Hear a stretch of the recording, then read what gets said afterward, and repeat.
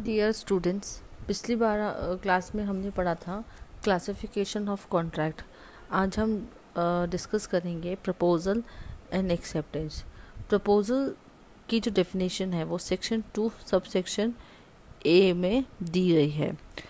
उसमें कहा गया है when one person signifies to another his willingness to do और to abstain from doing anything with a view to obtaining the assent of that other to such act or abstinence, he is said to make a proposal। इसमें कहा गया है कि जब कोई proposal किसी one person के द्वारा दूसरे पर्सन को एक्सप्रेशन ऑफ विलिंगनेस उसके एक्सेप्ट करने और नहीं करने पर उसकी विलिंगनेस को जानने के लिए दिया जाता है तो उसको प्रपोजल कहा जाता है। जो पर्सन वन पर्सन जो ऑफ़र देता है प्रपोजल के लिए उसको प्रपोजर या फिर ऑफरर कहा जाता है। प्रपोजल की एक्सेप्टेंस के लिए जो पर्सन सामने वाली पार्टी प्रपोजल को एक्सेप्ट करती है उसको प्रोमिजर कहा जाता है या हम उसको प्रोमिजी कहा जाता है, उसको हम प्रोमिजी कह सकते हैं। इसके बेसिक कैरेक्टर्स प्रपोजल के कुछ बेसिक कैरेक्टर्स होते हैं। पहला है there should be at least 2 parties. Proposal के लिए एटलीस्ट 2 पार्टी होना ज़रूरी है क्योंकि एक पर्सन ऑफरर होता है, एक सेकंड पर्सन ऑफरी होता है जिसको हम प्रोमिजर और प्रोमिजी कहते हैं। तो एक प्रॉमिस करेगा, प्रॉमिस के लिए प्रपोजल देगा और जो उसको एक्सेप्ट करेगा वो प्रोमिजी या एक्सेप्टर कहलाएगा। इसलिए 2 पर्सन होना ज़रूरी है और 1-2 से ज़्यादा भी हो सकते हैं। प्रपोजल नेगेटिव और पॉजिटिव दोनों फॉर्म में हो सकता है। पॉजिटिव प्रपोजल होता है when the person expresses his willingness to do something. जब हम प्रोमिजर यह एक्सप्रेस करता है कुछ करने के लिए तो उसको पॉजिटिव प्रपोजल कहा जाता है। और कोई एक्ट को नहीं करने के लिए जो प्रॉमिस किया जाता है उसको हम नेगेटिव प्रपोजल कहते हैं। Proposal must be made to obtain assent. Proposal का पूरा जो मेन ऑब्जेक्ट होता है वह मेन ऑब्जेक्ट होता है प्रपोजल के लिए सामने वाली पार्टी का एसेंट को ऑब्टेन करना। Proposal must be made with an intention to create legal relation.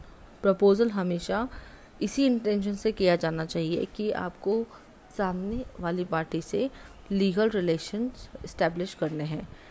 It must be signified और कम्युनिकेटेड। प्रपोजल हमेशा कम्युनिकेटेड होना ज़रूरी है।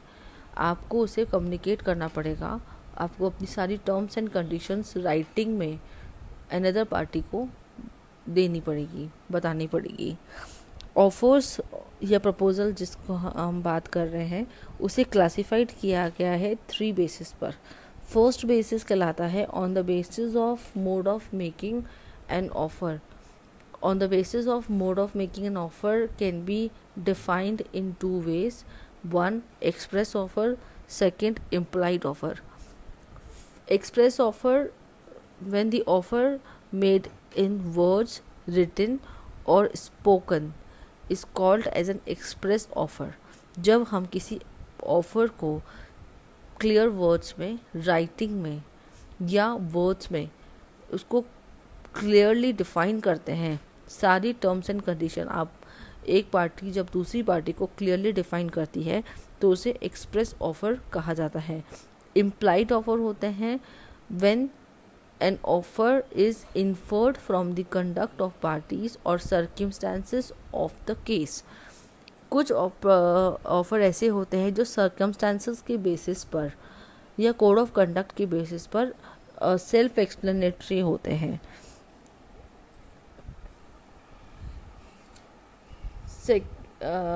सेकेंड बेसिस है ऑन द बेसिस ऑफ ऑफरीज। ऑफरीज के बेसिस पर 2 टाइप्स ऑफ प्रपोजल होते हैं, specific offer and general offer. Specific offer होता है जब आपका ऑफरी स्पेसिफाइड है, जो प्रपोजल एक्सेप्ट कर रहा है वो आपका उसका नेम, वो पर्सन आइडेंटिफाइड है और वो स्पेसिफिक पर्सन है, उसी के द्वारा प्रपोजल को एक्सेप्ट किया जाना है या रिजेक्ट किया जाना है। सेकेंड होता है जनरल ऑफर, जो कि आप किसी होल वर्ल्ड के लिए या लार्ज लेवल पर लार्ज नंबर ऑफ पीपल को या किसी पब्लिक को आप ऑफ़र करते हैं, वह ऑफ़र जनरल ऑफ़र कहलाता है। On the basis of nature of offer can be two types, cross offer and counter offer. Cross offer होता है जब दो पर्सन आइडेंटिकल ऑफर्स को एक दूसरे को सेंड करते हैं, यानी कि ए ने प्रपोजल बी को प्रपोजल दिया कि I want to buy your car at rupees of 2 lakh rupees. Same proposal अलग से बी ए को सेम प्रपोजल बना के बेचता है जी, तो ये क्रॉस ऑफर कहलाता है। तो क्रॉस ऑफर कभी भी वैलिड ऑफर नहीं होता जब ए पर्सन बी पर्सन को जो प्रपोजल दे रहा है वह same proposal with the same terms and condition B के द्वारा एक्सेप्ट किया जाता है, तभी वो प्रपोजल लीगल और वैलिड प्रपोजल माना जाएगा। सेम ऑफ़र दोनों लोग अलग अलग प्रपोजल बना के भेज रहे हैं तो उसको लीगल ऑफ़र और लीगल प्रपोजल नहीं माना जाएगा। काउंटर ऑफ़र होता है जब दूसरी पार्टी जो प्रपोजल एक्सेप्ट कर रहा है वह अपनी टर्म्स एंड कंडीशन के साथ उस प्रपोजल की एक्सेप्टेंस को बेचता है।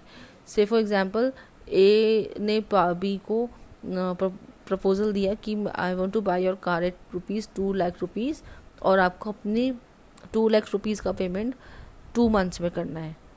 तो बी ने उस प्रपोजल को एक्सेप्ट तो किया, लेकिन उसमें उसने अपनी अलग सी कंडीशन लगा दी इन द वे कि मैं पेमेंट 2 लाख रुपीज़ का 4 मंथ्स में करूँगा। तो यहाँ पे इसको कहा जाएगा काउंटर ऑफर, क्योंकि ए ने बी को जिस टर्म्स एंड कंडीशंस के साथ प्रपोजल दिया है, बी को उस सेम टर्म्स एंड कंडीशन के साथ प्रपोजल को या तो एक्सेप्ट करना है या रिजेक्ट करना है। B can not impose any other terms and conditions in the same proposal.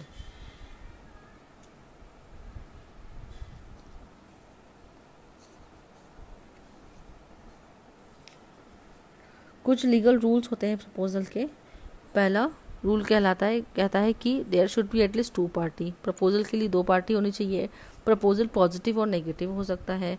Proposal का ऑब्जेक्ट अनदर पार्टी का एसेंट को, उसकी कंसेंट को कंसेंट लेने के पर्पज से बनाया जाता है। दोनों का ऑब्जेक्ट लीगल रिलेशन होता है। ऑफर एक्सप्रेस और इम्प्लाइड हो सकता है, जो हम ऑलरेडी डिस्कस कर चुके हैं। ऑफर स्पेसिफिक और जनरल भी हो सकता है, इसको भी हमने डिस्कस किया है अभी। ऑफर हमेशा डेफिनेट होता है, मतलब उसमें सारी terms and condition clearly define की गई होती है। वो अनएम्बिगुअस नहीं होता, मतलब वेग नहीं होता। Offer must be communicated. Offer को हमेशा कम्युनिकेट करना होगा, राइटिंग में या वर्बल में। इसमें terms and conditions proper communicate आपको ऑफर की क्लियरली डिफाइन करनी होगी। Offer should not bind the other party to reply. आपने अगर किसी को प्रपोजल भेजा है तो आप उसको बाउंड नहीं कर सकते। You are not entitled to bind any other party for your given proposal. अब वो उसके ऊपर डिपेंड करता है कि वो चाहे तो उसको एक्सेप्ट करे, चाहे तो उसको रिजेक्ट करे, चाहे तो वो उसको रिस्पॉन्ड ही ना करे। ऑफ़र को प्रपोजल कैन बी ऑफ़र और स्टैंडिंग ऑफ़र की फॉर्म में हो सकता है। प्रपोजल कुछ ऐसी चीज़ें होती हैं जो आप एक पर्सन दूसरे पर्सन को कम्युनिकेट करता है, लेकिन वो प्रपोजल की कैटेगरी में नहीं आता। जैसे इनविटेशन, आपने कोई प्राइस लिस्ट, कैटलॉग, बैंकर का कैटलॉग है, मेन्यू कार्ड है जो रेस्टोरेंट में होता है, मैरिज कार्ड है, या टाइम टेबल, रेलवे ने अपना टाइम टेबल जो डिस्प्ले करता है, कोई प्रोस्पेक्टस होता है, जॉब एडवर्टीजमेंट्स होती हैं। ये सारी कम्युनिकेट की गई चीज़ें होती हैं राइटिंग में, लेकिन इसको आप प्रपोजल की कैटेगरी में नहीं मानोगे। ये सारे इन्विटेशन टू प्रपोजल्स होते हैं। Thank you.